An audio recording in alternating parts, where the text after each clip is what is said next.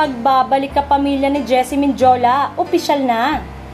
Opisyal na ang pagbabalik kapamilya ng isa sa mga bankable leading lady sa industriya na si Jessie Minjola Manzano.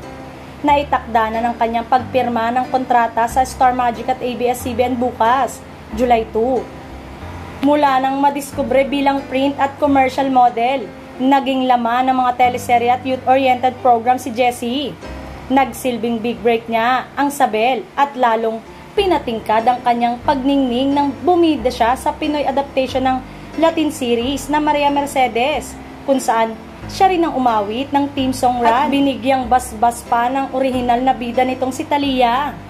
Nagtuloy ang kanyang karera hanggang sa siya ay hiranging sexiest woman ng isang kilalang men's magazine noong 2016.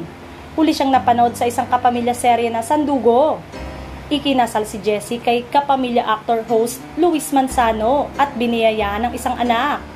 Samantalang, nagkakagulo nga ang mga netizen sa social media post ng Star Magic at ABS-CBN na may magbabalik na sa kapamilya.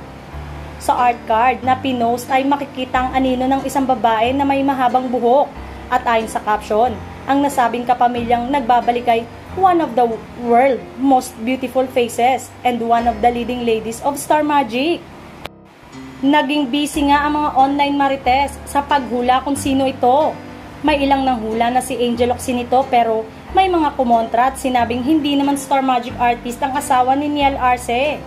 May humula rin na si Erich Gonzalez, Christine Hermosa, Pia Wurtzbach, Liza Soberano at Jessie Minjola.